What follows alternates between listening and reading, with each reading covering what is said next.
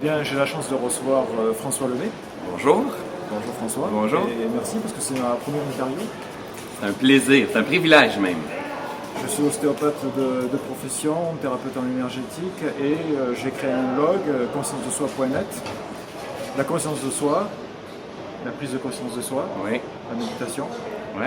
Wow. Je me spécialise en enseignement de pleine conscience. Donc la prise de conscience de soi, la méditation, apprendre à se maîtriser, revenir ici dans l'instant présent. La connaissance de soi, la présence à soi. Qu'est-ce que tu pourrais en dire aux auditeurs? Je crois que si on parle de la conscience de soi, c'est quelque chose qu'on va développer jusqu'à la fin de nos jours. On a conscience d'une infime partie de notre potentiel, notre potentiel divin. Et puis, et souvent, on prend conscience, on n'est peut-être pas obligé, mais on prend conscience souvent au travers des souffrances, des expériences de vie, des contractions. On prend conscience qu'on a envie de vivre différemment, on a envie de vivre ici plus au présent. Et une des clés vraiment pour vivre en pleine conscience, c'est de développer des outils pour revenir ici dans l'instant présent, au lieu d'être dans le futur et dans le passé, de revenir ici dans l'instant présent. Est-ce que les gens en souffrent? Oui. Qu'est-ce que tu peux dire par rapport à la méditation, par rapport à la prise de conscience de soi, à la connaissance de soi? Oui. En fait, la souffrance, c'est un tremplin. Pour moi, la souffrance, en fait, il y a deux choses.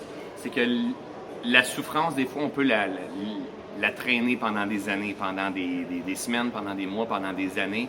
Mais le moment où est-ce que parfois on souffre trop, on est tanné, là, c'est le temps de basculer. Sinon, si on développe le sens de l'observation de soi, si on apprend à s'observer puis on se rend compte, on n'a pas besoin de souffrir énormément. Quand on développe notre conscience, on peut se rendre compte qu'on n'est plus cohérent. Il y a des choses qui nous mettent en résistance, qui se transformeraient en souffrance. En fait, la première clé, qui est toujours la première clé, c'est d'accepter ce que je fais comme expérience. C'est que ça me convienne ou que ça me convienne pas, que je sois en souffrance, que je sois dans mes grosses blessures, d'accepter ce que je fais comme expérience et de comprendre que ça aussi, ça va changer, qui est la plus grande des vérités universelles, tout change.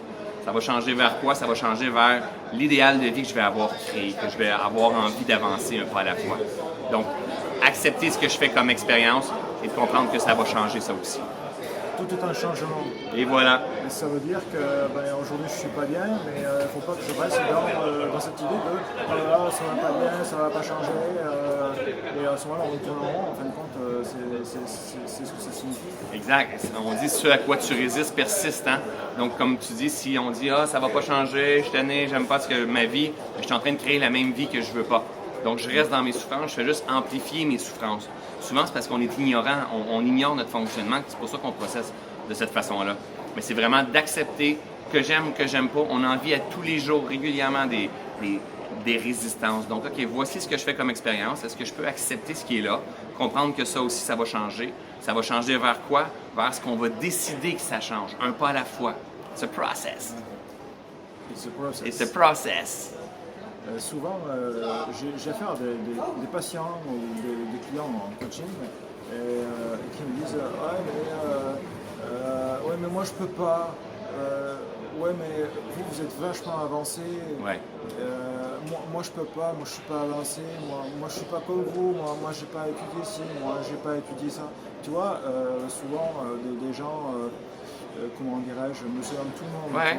c'est-à-dire sans la culture de la méditation, la prise de conscience de soi, le travail sur soi, etc. Tu vois. Ouais. Et comment est-ce que toi tu amènerais ça là, face à une personne comme ça qui te dirait ouais, mais vous avez un background, Ouais. vous avez la méditation, vous y connaissez, vous avez pratiqué longtemps. Tout à fait. Mais moi j'ai jamais pratiqué, je sais pas. Tout à fait. Comment t'amènerais ça, toi En fait, moi, avant d'avoir fait du vélo, je n'avais jamais fait du vélo. Hein, ma petite fille, elle a 4 ans, elle vient commencer à faire du vélo à 2 roues sans les petits trous en arrière.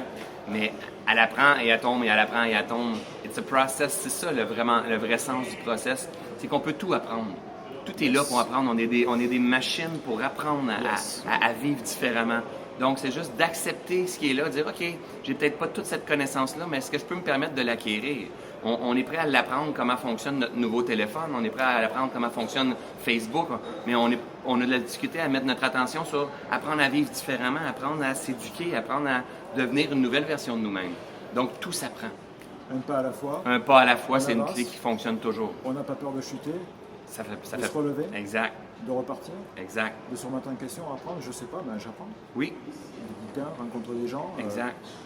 prendre un cours, embaucher un coach, etc. Exact. Et on y va, on avance. Ou alors on stagne, ou on accepte d'avancer, ou on accepte de stagner. Mais est-ce qu'il est utile, oui, hein, tu es d'accord avec moi, d'assumer la difficulté inhérente au fait d'avancer? Parce que c'est vrai que faire un pas en avant, dans l'inconnu quelquefois, ou souvent, ben ça oblige à fouiller en soi et Tout à fait. aller à la rencontre de ses limites. Mais cette difficulté-là, finalement, est-ce que tu es d'accord avec moi pour dire que elle est plus saine que la difficulté inhérente au fait de stagner, quoi. De rester là-dedans. De rester statique. Et quoi. de créer ce que Un stade mouvant, quoi. Oui, Je exact. suis d'accord avec Et en toi. restant là-dedans, je crée la vie que je veux pas de jour après jour. Effectivement. Moi, ce qui m'a aidé, c'est vraiment de comprendre que avec chaque grande contraction dans la vie, des moments où c'est très difficile, on a envie de changer, on fait des efforts pour que ça change, c'est difficile, vient son équivalent en expansion. Donc, j'ai une ouverture, j'ai un éveil, je vois la vie différemment. Donc, il faut persévérer, il faut avancer un pas à la fois. Il faut accepter, comme tu dis, de chuter. Ça fait partie de la vie, vraiment.